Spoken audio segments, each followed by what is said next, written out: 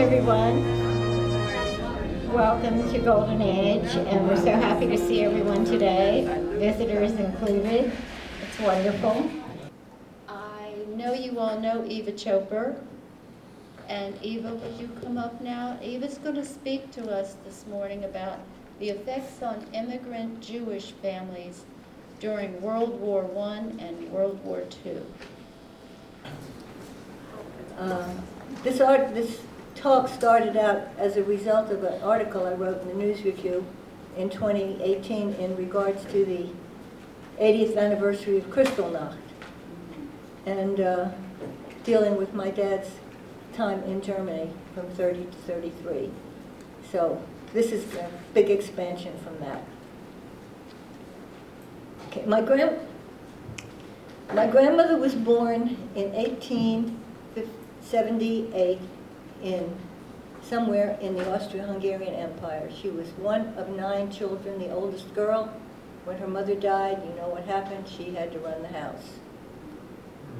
In 1897 or thereabouts, she married a widower who was a civil servant for the Austro-Hungarian Empire, and he was stationed in Serbia, Belgrade.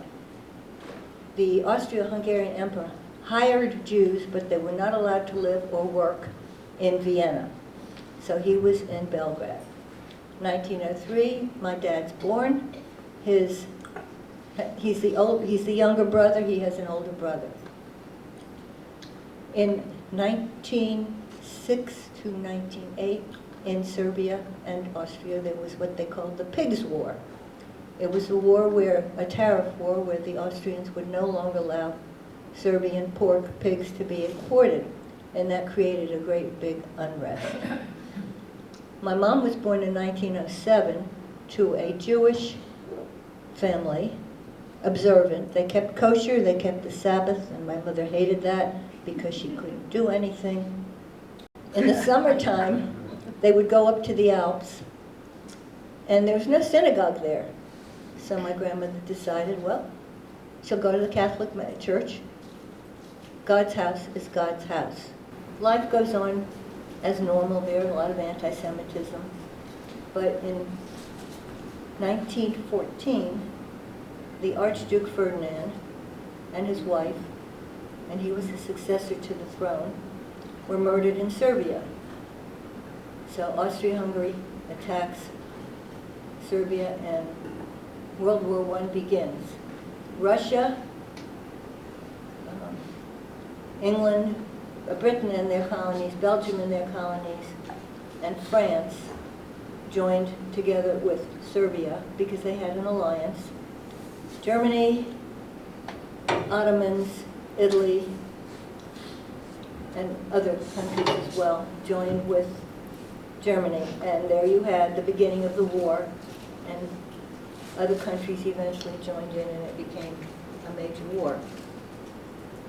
Things in Vienna were not good during the war. Food was very difficult to come by. There was a lot of hunger. My mother's mother, I'll say later. My mother's mother, you would bike out to visit a relative in a farm and occasionally bring back food. She also grew mushrooms in the coal cellar, where you can be sure there was no coal at that time. The Viennese were quite ambitious. They took every land that was available and started planting vegetables for what we had, a victory garden. They had the victory garden. They've invented margarine. They made substance for shoe soles, and they had feeding for kids. My mom would go every day for lunch. One day she tried to sneak out some food for her parents and got caught, and she was docked for a week, and she said it was terrible because she was hungry. My mother's family ran a wax business. In other words, shoe polish and candles. And I guess that had a lot to do with the Shabbat candles that they were dealing. And my grandmother would go to the stores and say, "I'd like to buy this product, would you get it?" course, she was trying to drum up some business. The war finally ends, and the Kaiser and the German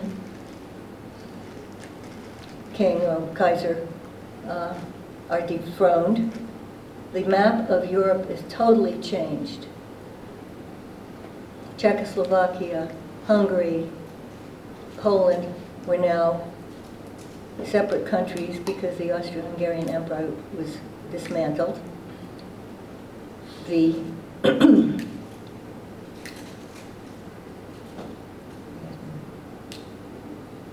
I got to catch my breath. The Austro-Hungarian was dismantled. Oh, and the Germany and Austria became republics. Also, the Ottomans, who had fought with the Austro-Hungarian Empire in 1923, also fell apart and was taken over by Ataturk, and it also became a republic. Well, war's over. My parents go to school. My dad was a camera buff. He was photographing everything and anything, and did his own darkroom work, so he became interested in chemistry, and he became a chemical engineer.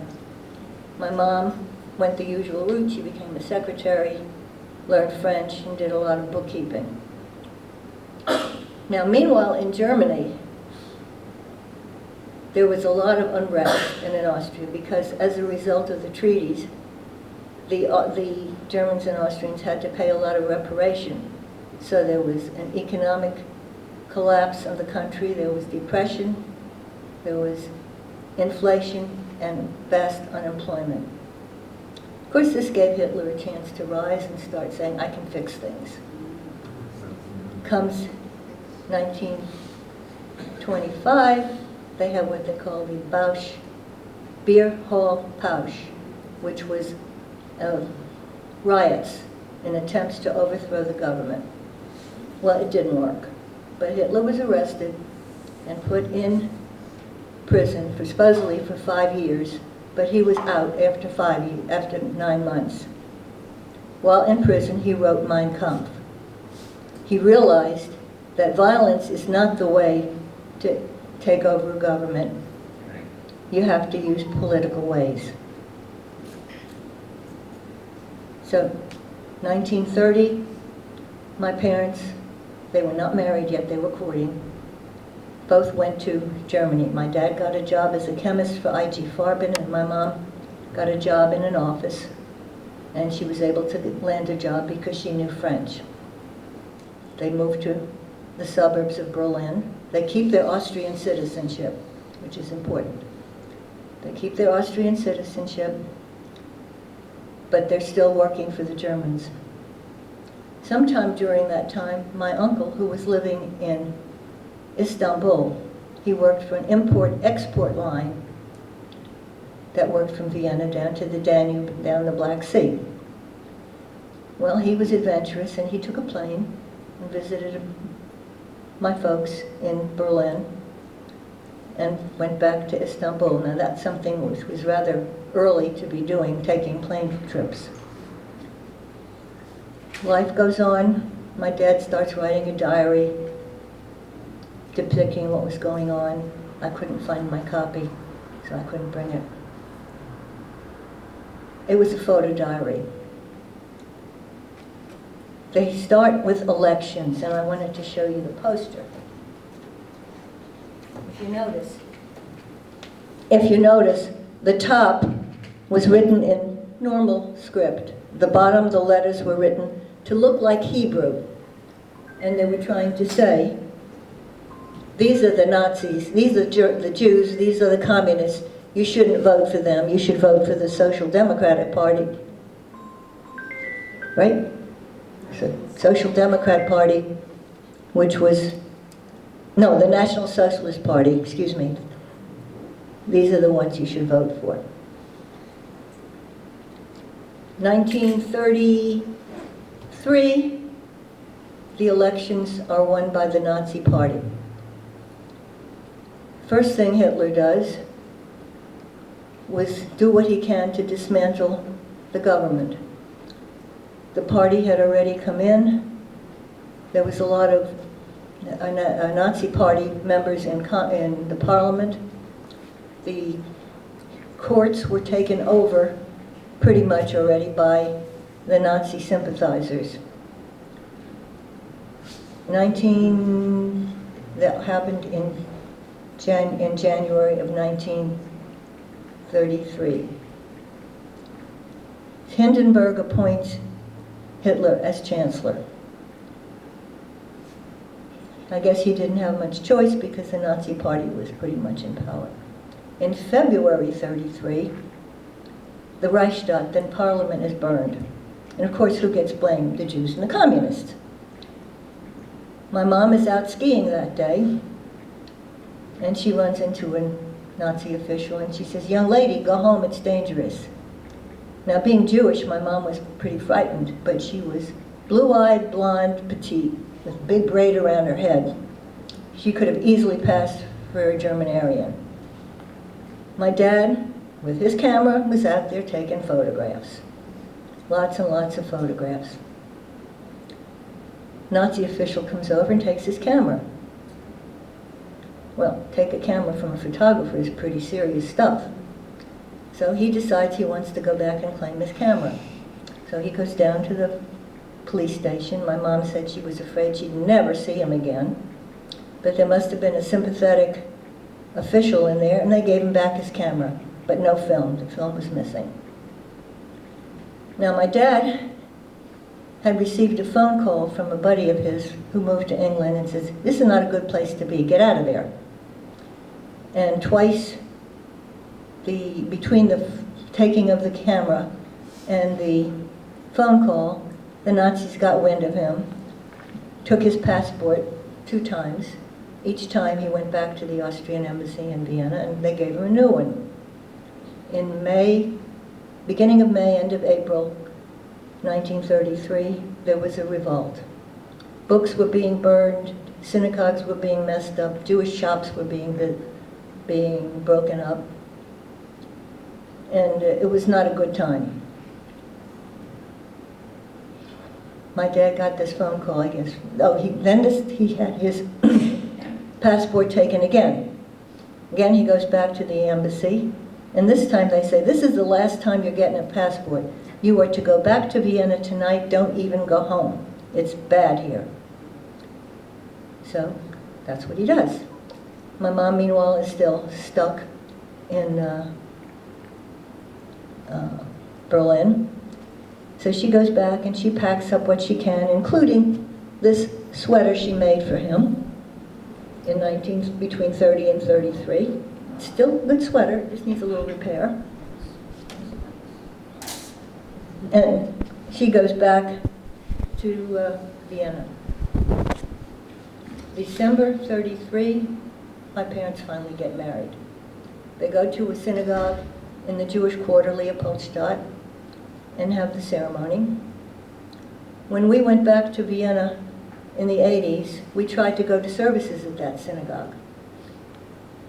We arrived, and the armed guard would not let us in because we hadn't registered, and this was for security because they had had problems and shootings. Who would have ever thought that this same thing is going to happen in the United States? You go to any synagogue now and you will find armed protection whenever anything is going on. And if anybody goes to the jewelry sale next week at Mishkan Torah, you'll see the police car out in front of the building and an armed officer either sitting in the car or in the building. The I.G. Farben really did not want to lose a good chemist. So he sent my father to work for their factory in Hungary. So the newlyweds go to Hungary. And they lived there happily, I guess, for 2 years. When the Nuremberg laws came in effect in Germany, and no German firm was permitted to hire Jews anywhere in the world. So they go back to Vienna. And my dad decides to start a business using some of the information he learned in Germany. He was a textile and leather chemist. And what he was working with was an optical dye, which is a substance which, exposed to UV light, glows. So he had the idea, and patented, to put it in laundry detergent so that when people wash their clothes look whiter. Everything was going fine. They had a house, they had a little cabana on the Danube, 1937. I'm born. Again, everything's going fine until, except there was always a rise of anti-Semitism. Everything was going fine until March 1938, when we had, March 1938, we had Anschluss, which was when Austria decided it was going to become part of Germany. So the Germans and the Austrians merged. My dad calls a buddy of his up and says, "What shall I do about this?" And he says, "Don't bother me, I'm organizing this revolt." And my dad found out that not too long afterwards he killed himself when he realized what he had really done. My dad, of course, knows what's going to happen. His business gets taken. They bought it from him for like 2 cents on the dollar. He got notification that no non-Jew was able to do business with him. They lost their housing permit and they moved in with my grandmother. He had to turn over his patents, everything. My mother's parents also had to do the same with their business. They had to turn it over for a few cents on the dollar. Well, my dad contacts his brother in Istanbul. He says, "Get me a job, get me out of here." Well, the visa comes just for him. Now, if you had a visa, the Germans were only too happy to let you go. They would take your money, they would take your jewelry, they would take your valuables, your paintings, your businesses, your patents, your money, everything. But he went with the idea that once he was there, he could arrange for passage and visa for the rest of the family. One day in November, my mother gets a visit from a former maid. Brings a couple eggs for me, and she says, "Don't go out today. It's a bad, bad day. Stay home, hunker down." That was Kristallnacht. My mom had warning. Well, eventually the visa comes for my mother, my grandmother, my father's mother, and me. My mom's parents decided they were old, nobody was going to bother them, they were just going to stay behind. So my mom goes down to the permit office to get an exit visa permit, and turns out she stands on line with everybody else, and finally she gets the permit, puts it in the baby carriage, and starts to go home. Well, the wind blows, and the papers flow out. So my mom lets go of the carriage and runs for the papers, figuring the carriage would be all right. Obviously it was, because I'm still here. So she goes back home and starts packing. Every few days, a Nazi official would come in and examine what they were packing to make sure they weren't taking anything of value. My mom had to pay a bribe just to take her wedding band. So she's packing. They were not allowed to take money out, but they could use their money to help pack and take their stuff. So they used as much as they had and could, and they left the rest behind. My dad tried to arrange for that money to go to my mother's parents, but the Germans would not allow it. They took the money. So, packed up, ready to go, we head for Venice, take the ship to Istanbul. We are now end of 1938, 1940. 38, 39, excuse me. In the end of 1938, Germany annexes the Sudetenland. In March 39, they attacked Czechoslovakia. Well, part of the peace treaty that was made after World War I was that Germany would not rearm. Brits didn't like this, so Chamberlain goes to Hitler and says, "You can't do this." But they didn't want to go to war, so they said, "But if you do any more, that'll be a problem." Well, Hitler didn't believe them, thought they were just bluffing. And in September of 39, he attacked Poland. Well, Poland already had had their Jews sent over the border to, the Polish Jews were sent back over the border to Poland. Poland wouldn't let them in, so they were stuck on the border. After the attack on Poland, France and Britain declare war. We are now in Istanbul. My dad is working for a bicycle factory, chrome plating the frames so that they wouldn't rust. He knew what was going to happen. He knew what was happening in Germany, and he was afraid that the Turks, since they had sympathized with Germany during World War I, would do the same, so they were a little nervous. However, Turkey had a history, the Ottomans, of taking Jews, because starting in the Spanish Inquisition already, Jews were being migrated to Turkey, and there was a large Jewish population in Turkey. Well, my dad tries to get out of there, gets a visa to go to Australia. And we're packed and ready to go, and the Turks say, you can't go. If you go, we're going to deport your grandmother over the border, and she'll be in no man's land. So, of course, they unpack and they stay. And my dad starts to train an assistant who could take over the bicycle factory work. And eventually they get a visa from the husband of a cousin of my dad. I have no idea how she was related to him, but we got the visa. So we get ready to go. We're on the little ship that's going to take us to Greece. My grandmother brings a cake. The Turks cut it up to rib smithereens to make sure nothing was hidden in it. So we land in Piraeus, Athens. And of course, what do people do when they go to Athens? They sightsee, they go to the Parthenon, they go to the Forum and whatever else. And they eventually go to Piraeus, get on the Nea Hellas to head for New York. By this time, the war was going on, but the Mediterranean was still safe because the war had not reached southern Europe yet. So the ship goes down the Mediterranean and we land in Lisbon. Of course, me being a troublemaker, I have to get sick. Had a bad ear infection, so HIAS, Hebrew Immigrant Aid Society, and that organization is still helping people today, came to the rescue, took me from the ship with my mom to the hospital, had me treated, and back to the ship in time to head for New York. My mom discovered cornflakes on that ship.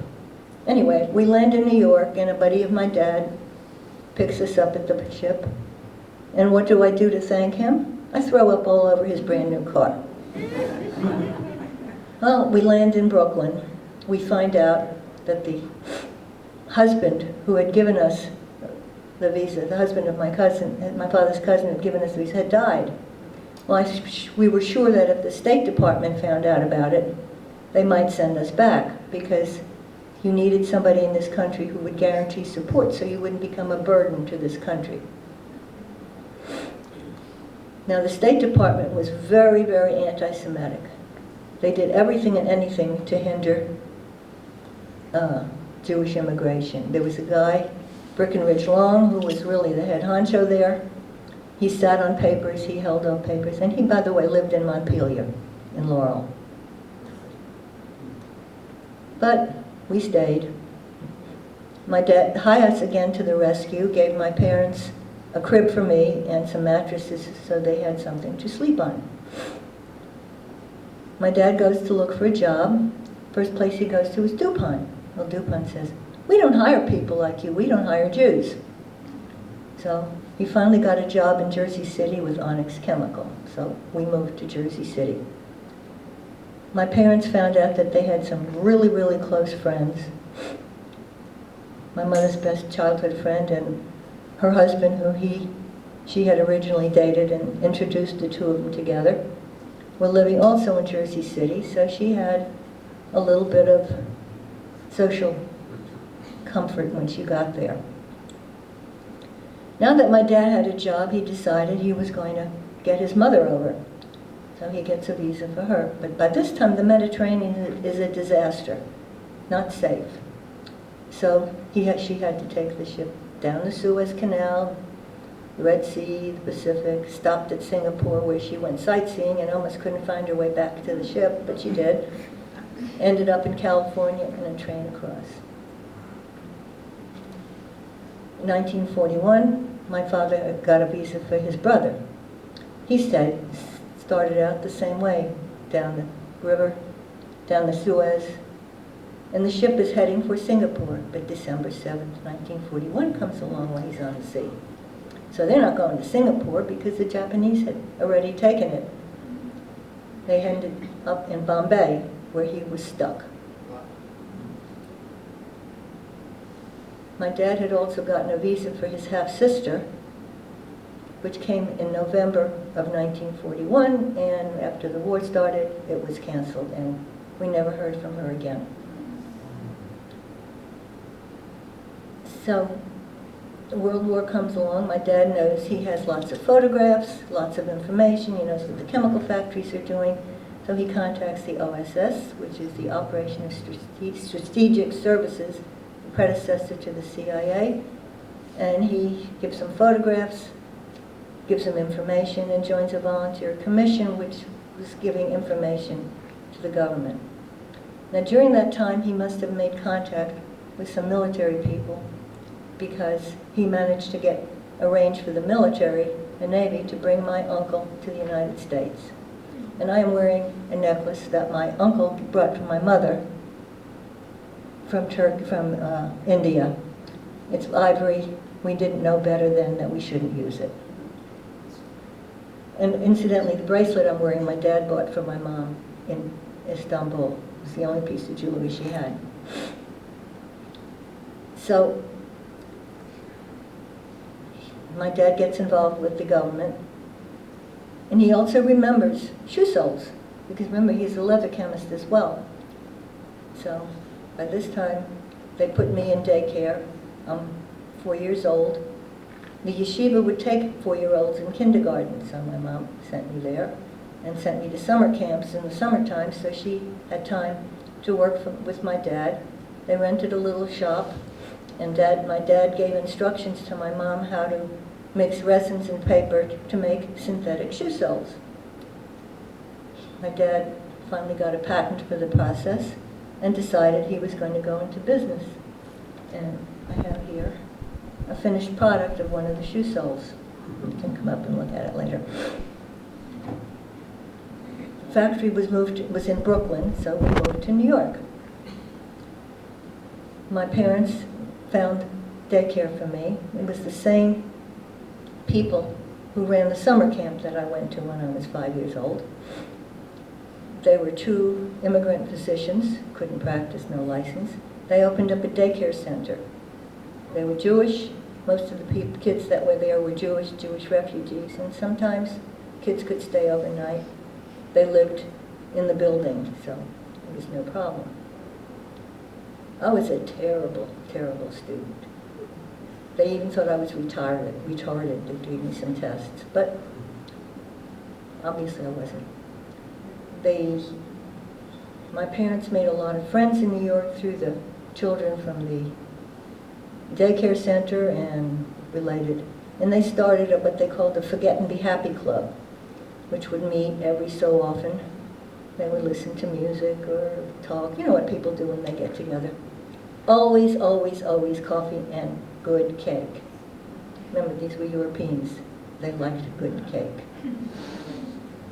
Finally, one day at the daycare center, I was always the last kid picked up, like around 7 o'clock. One day, Sammy was the boy who was staying there at the time, was listening to the Lone Ranger. And all of a sudden, everybody is running into the room to listen to the radio. And I thought, gee, must be a good show. Every Thursday night was the night my grandmother would pick me up. We would go to the automat and the newsreel. Thursday night, the stores in New York were open, so my mom would do her shopping. And so my grandmother took care of me. Well, this Thursday night, when everybody was running to the radio, we go back to 72nd Street and Broadway for our usual automat dinner and newsreel. Cars were stopped all over the street.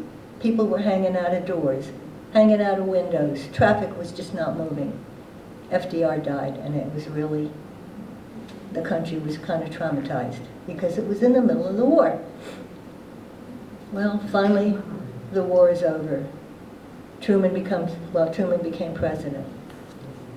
There was something going on, and Truman's motorcade went right past our apartment, and everybody's hanging out the windows to see. And all he was in an open-air car with one single motorcycle escort. Can you imagine the president today traveling like that? Well, after the war, my dad realized shoe soles were really not the thing anymore. Leather was again available, and other companies were starting to make synthetic shoes soles. So he decides to go back to the business he had when he was in Vienna, making optical dye and processing chemicals for leather. My dad found a partner, a fluent former German who had properties in Germany after the war. He was not Jewish, and several chemical factories in the United States. So he bought a building in Cliffwood, New Jersey. It was a square building, upstairs, steps, and downstairs. Well, the downstairs on one side became office and lab, and my parents fixed the upstairs as an apartment for us. At the moment, the other half of the building was vacant. School in Cliffwood was a one-room schoolhouse. My parents were not going to have any of that. So they paid for me to go to school in Mattawan, and my mom took me every morning, found somebody who would keep me after school till she could pick me up. Eventually, they decided to do away with the one-room schoolhouse, and the kids could go to Mattawan. Well, the street in front of our building was the county line. Middlesex County and the schools, everything were Monmouth County. So I started school. Well, when we first moved there, I was in the 4th grade. And that's when I first experienced anti-Semitism. I was called Christ killer. Well, coming from a nice Jewish family, I didn't know who Christ was. I only found out later when I went to a different camp that I was no longer going to the children's colony camp. The Catholic kids went to Mass on Sunday morning, the Protestant kids went to Lutheran church, and the Jewish kids could stay home. Well, I decided to go to church. So I learned a lot about Christianity, and I also found out that I was really a Jew. And this was quite of an eye-opener for me. My mom gets a letter eventually. Oh, the school bus. The school bus met at the post office. And the only way I could get there quickly, my parents didn't know, I took a shortcut along the railroad tracks. Once in a while I'd even walk on the tracks, but I knew to look the direction the trains were coming. And the trains were always going very slow because there was an old trestle just a short distance down, and the trains were going really, really slow. On the other side of the track was an honest-to-goodness shanty town. Wooden shacks, no windows, curtains blowing. I'm sure they had no bathrooms, probably privies, and no running water. Well, my mom hired one of the women from there to be a cleaner at the apartment that we had. And the apartment we had right after the war did not have a refrigerator because you couldn't get one after the war. It was an ice box. In the wintertime, a box in the window. And a 3-burner gas hot plate. I'll tell you the shock I had when I discovered what was going on. In the mornings, I would go out to run to catch the school bus, and I always grabbed a piece of toast on the way out. Well, the janitor downstairs was always down there. A couple times, he tried to take a bite out of my toast, which I promptly threw away. Then he started to try to kiss me, and I said to him, "You do that one more time, and I'm going to tell my dad." Because I knew my dad would probably fire him, but I knew my dad also had a very tough time getting employees So I figured, okay, if he doesn't bother me anymore, we'll just let it go. I was about 12 years old at the time or less. What did I know about harassment at that time?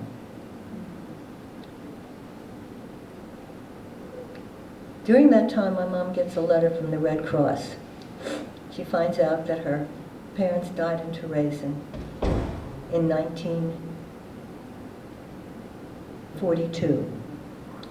I neglected to mention that before the war, my parents got a letter from my mother's parents saying how tough situations were. They were evicted from their apartment and were put into a school situation where the women were upstairs and the men were downstairs. That's as much as she knew at the time. After the war, she found out they died in Terezin in 1942.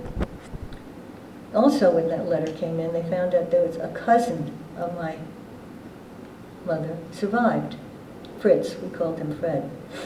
And the wife, Gerda, had a sister living in Queens. So they came.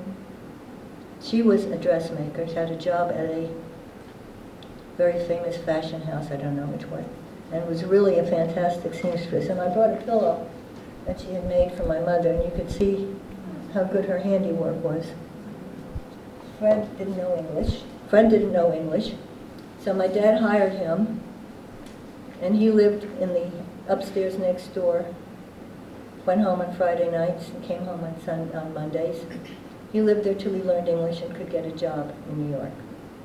When they came to visit, I had to spend the whole weekend speaking German. So I go to school Monday morning and somebody speaks to me and I answer them back in German, and everybody looks at me like I'm nuts. And I realized pretty quickly what I had done and went back to English.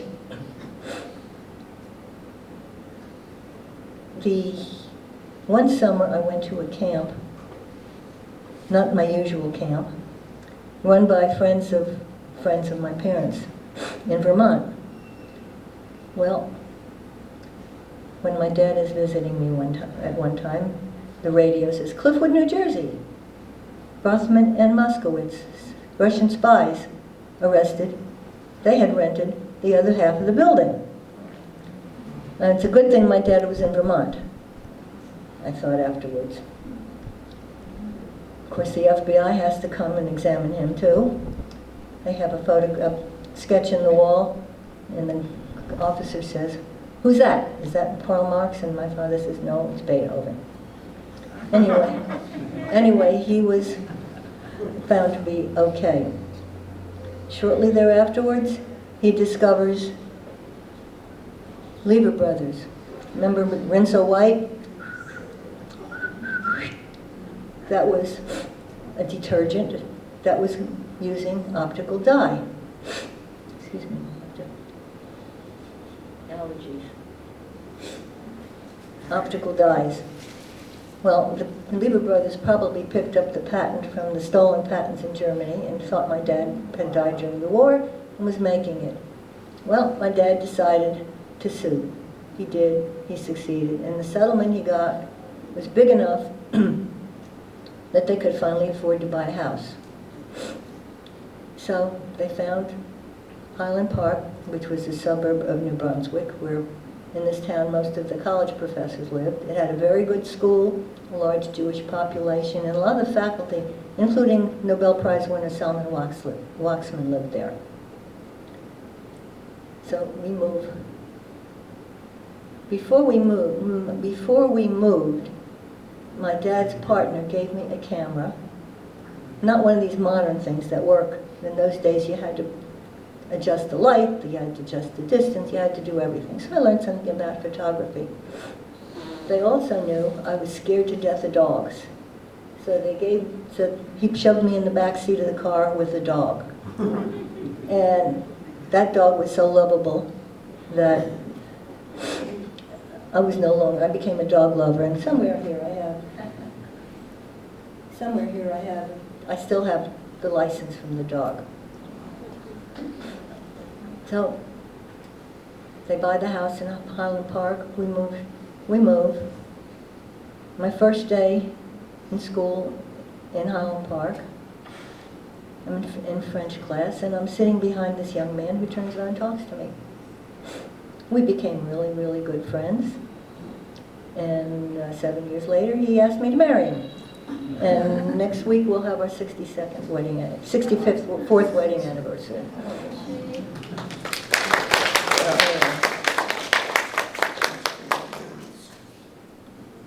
No comments.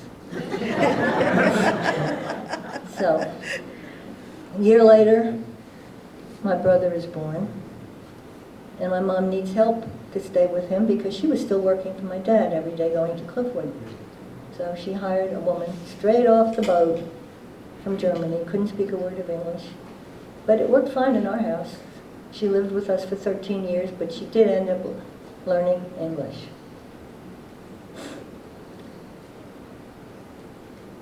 Many years later, we were in a trip to Europe, and one of the places we visited was Theresienstadt.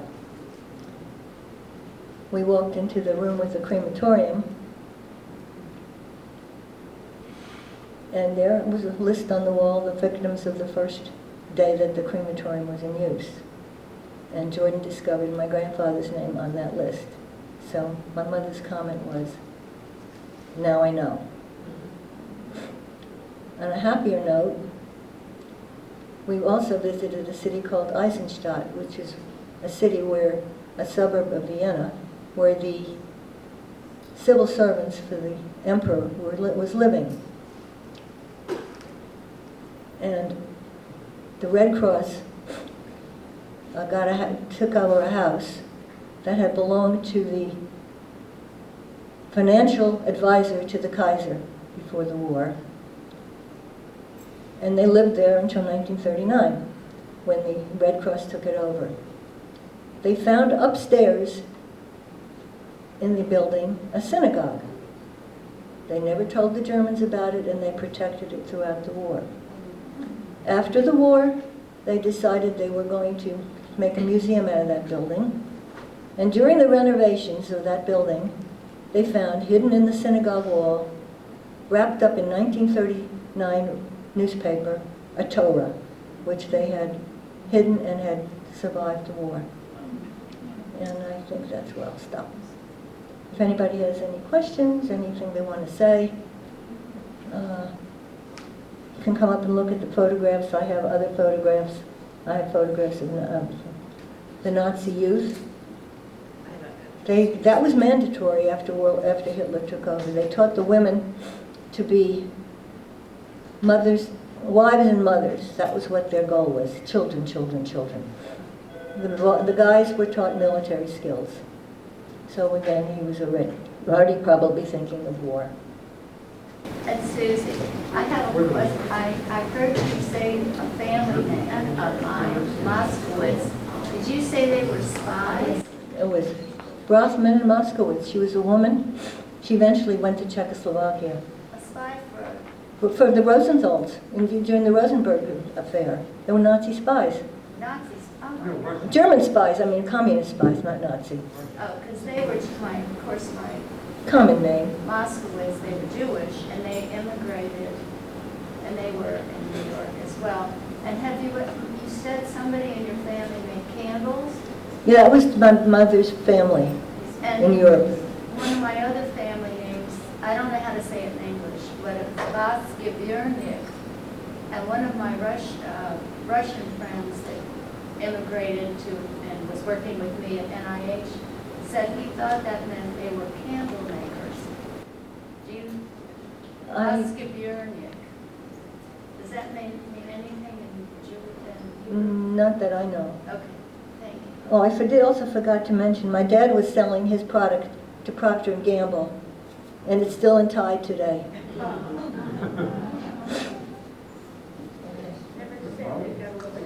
Yes. How did your parents meet?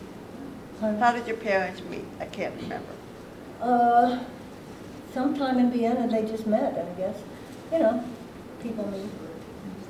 I know they always celebrated June 9th because that was the day they met. More so than their anniversary. They lived close to the property, some people. What? They lived close to the property. I don't know. Don't give them. We did see my mother's apartment house when we were in Vienna. Does anybody else have a question? Yes. Other than the anti-Semitism, did you feel any sense of fear when you were living with your family? Were they open with you about what was going on, or did they kind of shield you as a child from what was going on? Well, when we lived in New York, we were in a totally Jewish environment. Jewish daycare, you know, New York was, all their friends were mostly Jewish refugees, and so we didn't feel it till I moved into Mattawan. And Mattawan was a town where, in the class I was in, I made friends with two girls. One went to college, one became a nurse, and as far as I know, those were the only two that went to any advanced education. It was pretty backward. It was, my mother said it was like being in the middle of Ohio. Oh. That's where I was born. Well, you know, country. That's what they thought of Ohio. Yeah. Thank you. Okay. I'd like to make a comment.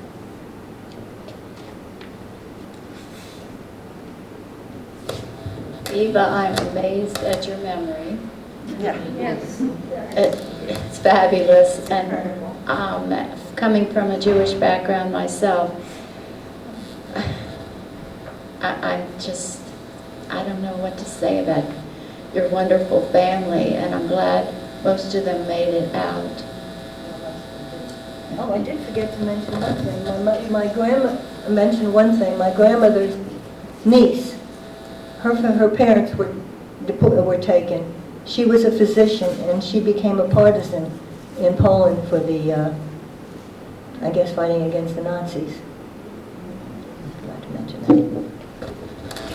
And I too, it's a very sad situation in the United States when synagogues can't be safe without some protection from the police. Every time that happens, I lose it, you know what I mean? I know. It's pretty upsetting. I mean, I actually had a boyfriend for a short time. He thought I was Methodist, I think it was, and when he found out I was not Methodist, I was Catholic at the time, and that my father was Jewish, that was the end of that. So it's, anti-Semitism is out there, and it's sickening, among other things. Well, some of my grandmother's family converted to Catholicism early on because you couldn't get a job if you were a Jew in many places. And I have a feeling that the few that did survive, I have no idea what happened to half of them, most of them. If they did survive, it was because they were under the radar and being Catholic. I want to thank Eva for coming and sharing all that. It's heart-wrenching, and we really appreciate you and your memory. And on a good note, I hope everyone will go to the synagogue and buy jewelry. Next Saturday? No, it's Sunday. The same day as St. Hughes is having their sale. Oh, the 23rd of... It's on the 20th, on Sunday, from 11 to 3. Yeah, the St. Hughes is the 22nd and the 23rd. They're rummaged out. So yours is the 23rd. 11 to 3. 11 to 3. So please go and support the work of the synagogue and the sisterhood.